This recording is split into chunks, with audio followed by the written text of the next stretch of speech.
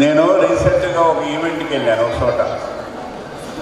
మేము private schools అసోసియేషన్లో ఉంటాం కాబట్టి అక్కడక్కడ అసోసియేషన్ ఏదైనా ఎక్స్పోజ్ చేస్తే పిలుస్తుంటారు. ఒక ఎక్స్పోకి వెళ్ళాను నేను, ఒక సైన్స్ ఎక్స్పోకి.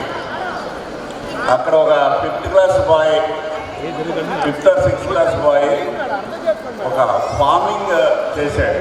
అంటే పొలంలో పంటలు ఎలా పండుతాయి అనే దాని మీద ఒక ప్రాజెక్ట్ చేశాడు ఆ పిల్లాడు. ఆ పిల్లాడు నేను అడిగాను, చాలా అద్భుతంగా చేశాడు, నీకు ఏమైనా ఎక్స్పీరియన్స్ ఉందా? మీ నాన్న ఏమన్నా ఫార్మరా? మీ నాన్న ఏమన్నా రైతా?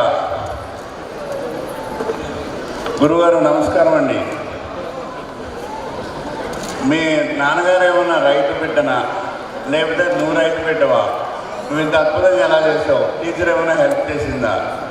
లేకపోతే ప్రాజెక్ట్ చేసే కోఆర్డినేటర్ ఏమైనా హెల్ప్ చేసి ఇవన్నీ చేయించారా అంటే, మేము అప్పుడప్పుడు ఊరికి వెళ్తుంటాం సార్, ఊరికి వెళ్ళినప్పుడు మేము రైతులను చూస్తుంటాను. నేను ఆ ఎక్స్పీరియన్స్తో మా టీచర్ హెల్ప్తో నేను చేశాను. మరి రైతు అవుతావా అని అడిగాను. నేను అవ్వను సార్, ఎట్టి పడుతున్న రైతులు అవ్వను, నేను సాఫ్ట్వేర్ ఇంజనీర్ అవుతాను అన్నాడు. ఎందుకు సాఫ్ట్వేర్ ఇంజనీర్ అవుతామని అడిగాను. మా నాన్నగారు సాఫ్ట్వేర్ ఇంజనీర్ సార్. మా నాన్నగారు చాలా రిచ్.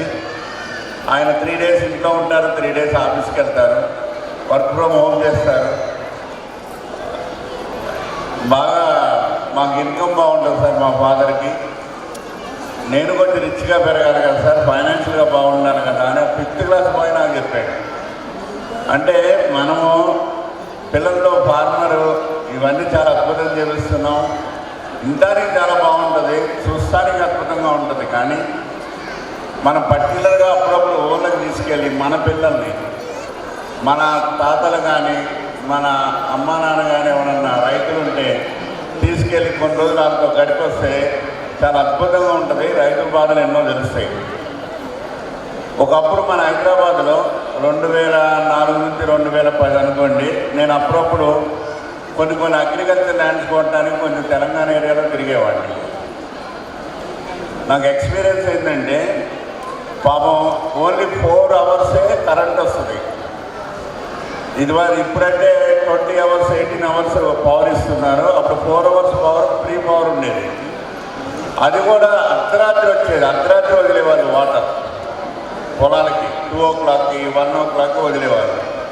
పాపం రైతులు, నేను ఒక అతను ల్యాండ్ కొన్నాను, 4 months టైం తీసుకుని 4 months అప్పుడు ఆయన రిజిస్ట్రేషన్కి వస్తాడని ఒక 15-20 రోజుల ముందు నేను ఆయనకి ఇంటిమేషన్ ఇద్దాం అనుకున్నప్పుడు ఆయన చనిపోయాడు. ఎలా అంటే 1 o'clock 2 o'clock అతను పొలంలో మోటార్ వేయడానికి వెళ్ళి కరెంట్ షాక్ దగ్గర చనిపోయాడు అర్ధరాత్రి. అంటే ఆ రోజు వర్షాకాలం, ఇలాంటి ఇబ్బందులు ఉంటాయి.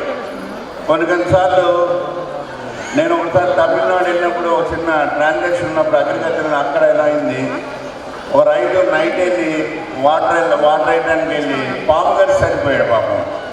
ఇలా రైతులు ఎంతోమంది ఆత్మహత్యలు చేసుకుంటారు. సరిగ్గా టైంకి సరైన ధర లేక, గిట్టుబాటు ధర రాగా తను పంచిన పంటని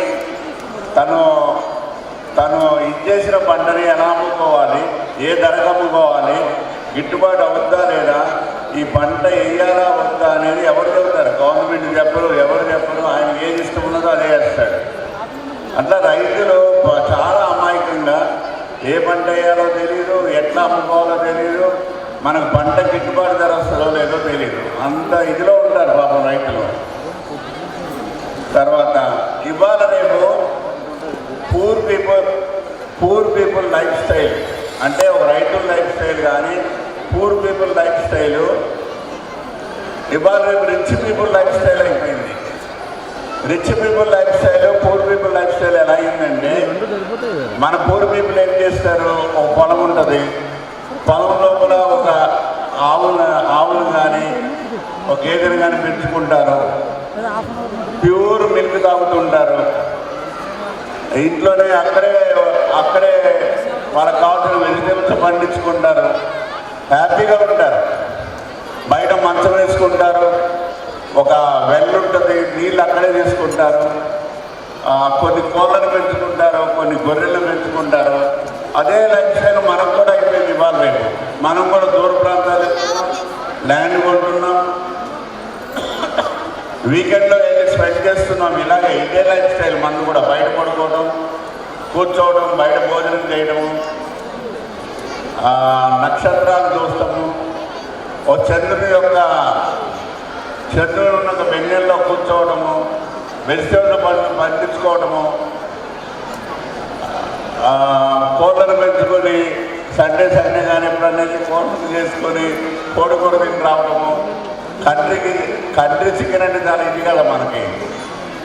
ఆ టైంలో మన లైఫ్ స్టైల్ కూడా రైతుల లైఫ్ స్టైల్ అయిపోయింది ఇవాళ రేపు. సో ఈ విధంగా వీళ్ళు చాలా అద్భుతంగా చేశారు ఈ పిల్లలందరూ.